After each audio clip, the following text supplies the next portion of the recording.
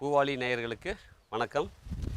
இதுவரைக்கும் நாம் மாடிகளில் காய்கறி எப்படி பயிர் பண்ணலாம், விதவிதமான முறைகள் என்ன, எப்படி சுலபமாக பண்ணலாம், என்னென்ன புது டெக்னாலஜி இருக்குது, எந்தெந்த விதமான காய்கறிகள் பண்ணலாம், எந்தெந்த சீசனுக்கு இந்த மாதிரி பண்ணலாம், எந்த ரகங்கள் பண்ணலான்னு பார்த்தோம்.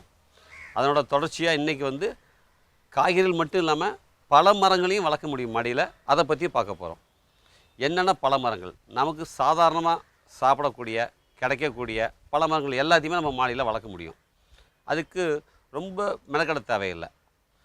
வளர்க்கக்கூடிய கண்டெய்னரையும் முறைகளையும் மாற்றினா போதும். இந்த மரங்களுக்கு என்னென்னா, தரையில் வளர்கிறப்ப வேர்கள் வந்து சைடில் பக்கவாட்டில் ஓட முடியும். அதனால் வந்து மண் இறுகி இருந்தாலும் மேலே வேர் போய் மரங்களுக்கு சத்து கிடச்சிடும்.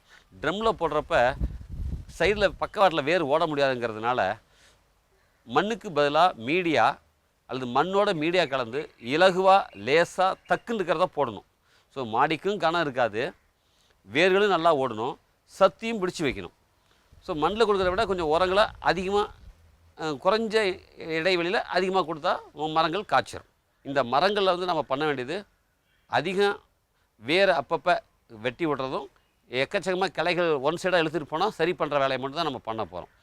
ஸோ இந்த மாதிரி சின்ன சின்ன சிம்பிள் ப்ரூனிங் டெக்னிக்கையும் மண்ணுகள் மீடியா மாற்றத்தையும் உரங்கள் மேனேஜ்மெண்ட்டையும் நிர்வாகம் பண்ணிங்கன்னா மரங்கள்லேயும் நம்ம தேவையான காய்கள் உதாரணத்துக்கு ஒரு 50 பழங்களுக்கு குறையாமல் ஒவ்வொரு மரத்துலேருந்து ஒவ்வொரு சீசன்லையும் நம்ம எடுக்க முடியும். நாங்கள் எடுத்துக்கிட்டு இருக்கிறோம்.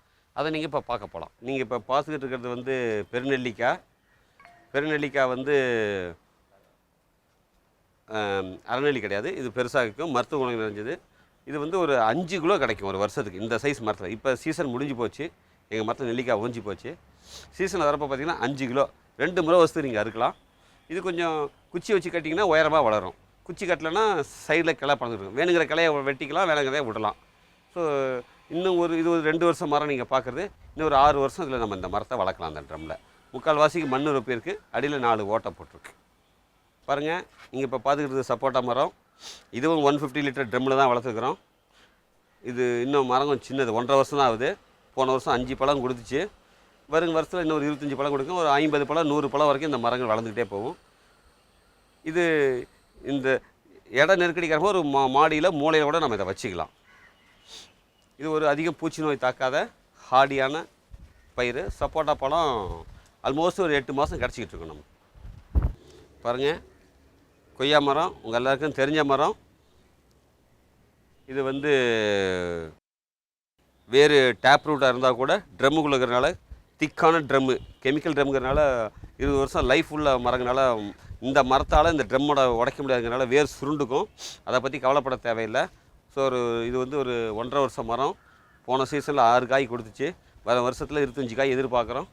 இது ஒரு வேணுங்கிற அளவு ஹைட்டு போச்சுன்னா நம்ம ப்ரூன் பண்ணி கட் பண்ணி விட்டுட்டு ஒரு கண்ட்ரோல், ஒரு அம்பர்லா ஷேப்லேயே நம்ம வச்சுக்கிட்டோம்னா கொய்யாக்காயும் நிறைய அளவு நம்ம எடுக்க முடியும். நாட்டு கொய்யாக்காய்க்கு பல மருத்துவ குணங்களால கொய்யாக்காய் ஒரு விருப்பமான பயிர். பாருங்கள், மாதுளம்பழம். இது வந்து இப்போ 2 வருஷம் ஆகுது. வருஷத்துக்கு ஒரு 50 பழம் கொடுக்குது. இப்போவே பார்த்திங்கன்னா மரத்தில் 1 2 3 5 6 7 8 பழம் இருக்குது. நிறையா பூக்கள் இருக்குது. ஸோ மாதுளை வந்து சுலபமாகவும் ஈஸியாகவும் குயிக்காகவும் பழந்துக்கூடிய ஒரு பயிர். பிஞ்சு மாதுளை மருத்துவத்துக்கு உபயோகமாகுது. ருசியும் டேஸ்ட்டும் நல்லா இருக்குது. மாதுளை ஒரு ஈஸியாக சுலபமாக வளரக்கூடிய ஒரு பயிர். அதே மாதிரி 150 லிட்டர் ட்ரம்மு, அடியில் 4 ஓட்டை, 3/4 ட்ரம்முக்கு மண் மீடியாவும் சத்து உள்ள உரங்கள் கொடுத்திங்கன்னா மரம் அதுக்கு மாதிரி பூவெல்லாம் கொட்டாமல் காய்ச்சிக்கிட்டே இருக்கும். பாருங்கள், நீங்கள் பார்த்துருக்கிறது பப்பாளி மரம். இந்த இலைகளுக்கும் மருத்துவ குணம் இருக்குது, பழங்களுக்கும் இருக்குது, பழம் ருசியாகவும் இருக்குது, ரத்தத்தையும் சுத்திகரிக்குது. ஸோ பப்பாளி வந்து ஒரு மருத்துவ பழமாகவும் மருத்துவ பயிராகவும் ஒரு சத்தான பழமாக இன்றைக்கி கடைகளில் மாறிட்டு வருது. ஸோ பப்பாளி பழமே இன்றைக்கி விற்கிற விலையை பார்க்குறப்ப நம்ம 4 ட்ரம் வச்சு வளர்த்தோன்னா நம்ம குடும்பத்துக்கு தேவையான பழம் தினம் ஒன்று கிடச்சிக்கிட்டே இருக்கும். ஸோ அதிகம் காய்க்காட்டால் கூட ஒரு 10 பழம் ஒரு மரத்தில் குறைஞ்சது கிடச்சிட்டு இருக்கும். 4 ட்ரம் வச்சா 40 பழம் ஒரு 6 மாதத்துலேருந்து 2 வருஷம் வரைக்கும் இந்த பப்பாளி மரத்தில் கிடச்சிக்கிட்டே இருக்கும். இந்த ட்ரம்மே இதுக்கு போதும். இது ஒரு சுலபமாக ஈஸியாக வளரக்கூடிய ஒரு பயிர்.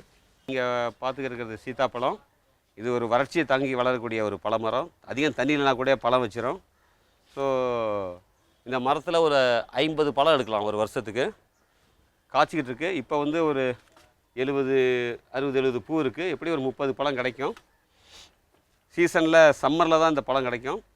ஸோ சீத்தாப்பழத்தை பற்றி நம்ம சொல்ல எவ்வளோ மோசமான மண்ணாக இருந்தால் கூட வளரும். இதுக்கு மீடியா போடாமல் மண் போட்டால் கூட இந்த மரம் வளரும். ஸோ இது வேணுங்கிறத வெட்டி விட்டு ஒரு ஷேப்பை பண்ணி விட்டோம்னா நம்ம இந்த பழமும் நமக்கு கிடைக்கும். நீங்கள் பார்த்துக்கிறது ஆரஞ்சு மரம். இது வெயில் காலத்தில் பூச்சுன்னா கொஞ்சம் லைட்டாக புளிக்கும், குளிர்காலத்தில் பழம் நல்லா இனிப்பாக இருக்கும். ஸோ நமக்கு வந்து ஆரஞ்சு பழம் அழகாகவும் இருக்கும், ஜூஸ் போட்டுக்கலாம், ஒரு நமக்கு வீட்டில் வளர்த்தன்ற ஒரு திருப்தி கிடைக்கும். இலைகளை பல மருத்துவ குணங்கள் இருக்குது. ஸோ நீங்கள் ஆரஞ்சு பழத்தையும் வளர்த்து பயன்படும்படி கேட்டுக்கிறேன். பாருங்கள், நீங்கள் பார்த்துக்கிட்டு இருக்கிறது வந்து எலுமிச்சை. இதில் ஒரு 50 பழத்துக்கு மேலே அறுத்துட்டோம். ஒரு முறை புழு வந்ததுனால எல்லாம் கிளி எரிஞ்சிட்டோம். இப்போ மறுபடியும் புது துளிர்கள் தழுத்து வருது. எலுமிச்சை நமக்கு ரெகுலராக தேவைப்படக்கூடிய ஒரு பழங்கிறதுனால தினசரி வீட்டு யூஸ்க்கு 2 ட்ரம்மில் வச்சா போதும். நமக்கு வருஷத்துக்கு தேவையான பழங்களை இதே கொடுத்துக்கிட்டு இருக்கோம். நீங்கள் பார்த்துக்கிட்டு இருக்கிறது சாத்துக்குடி மரம். இந்த சாத்துக்குடியும் இதுக்கு முன்னாடி பார்த்த எலுமிச்சை மரமும் சின்ன ட்ரம்மில் வச்சோம். 70 லிட்டர் ட்ரம்முன்னு சொல்லுவாங்க. ஒரு பரிச்சார்த்த முறையில் வச்சு பார்த்து இதுலேயே ஒரு நல்லா காய்க்கிறப்ப பெரிய ட்ரம்மில் மாற்றிருந்தால் இன்னும் நிறையா மரம் பெருசாகி காய்ச்சிருக்கும். சாத்துக்குடியும் ஒரு 25 பழம் கொடுக்குது. எலுமிச்சையை விட இது நிறையா ஹார்டியாகவும் அதிக மகசூலும் கொடுக்கக்கூடிய மரமாக சாத்துக்குடி இருக்குது. இது ரெண்டுமே வெயிலை தாங்கி நல்லா வளரக்கூடிய பயிர். சாத்துக்குடி ஜூஸ் போட்டு குடிக்கலாம். இது நீங்கள் பார்த்துக்கிறது 70 லிட்டர் ட்ரம்மு. 150 லிட்டர் ட்ரம்மில் வளர்த்தா இன்னும் மரம் பெருசாகி நல்லா காய்க்கும். இது எல்லாமே ஒரு 5லேருந்து 7 வருஷம் நீங்கள் வச்சுக்கலாம். பூவாளி நேயர்களே, இதுவரை நீங்கள் மாடியில் மரங்கள் வளர்க்குறத பற்றியும் மரங்கள் எப்படி பலன் கொடுக்கறதையும் அதில் உள்ள சில தொழில்நுட்பங்களையும் பார்த்தீங்க. இனிமேலும் இது போல் சீசன் இல்லாமல் வரக்கூடிய பழங்களை பற்றியும் வேறு சில தொழில்நுட்பங்களையும் வரும் நிகழ்ச்சிகளில் நம்ம பார்க்க போகிறோம். பழங்கள் வந்து சீசனாக இருந்தால் கூட வருஷம் ஃபுல்லாக காய்க்கிற பழங்கள் இருக்கிறதுனால ஒரு 20 மரங்கள் வச்சுட்டிங்கன்னா வருஷம் ஃபுல்லாக உங்களுக்கு பழம் கிடச்சிட்டு இருக்கும். அதை நீங்களும் பல மரங்களை உண்டு சத்துக்கள் பெற்று பலனடையும்படி கேட்டுக்கொள்கிறோம்.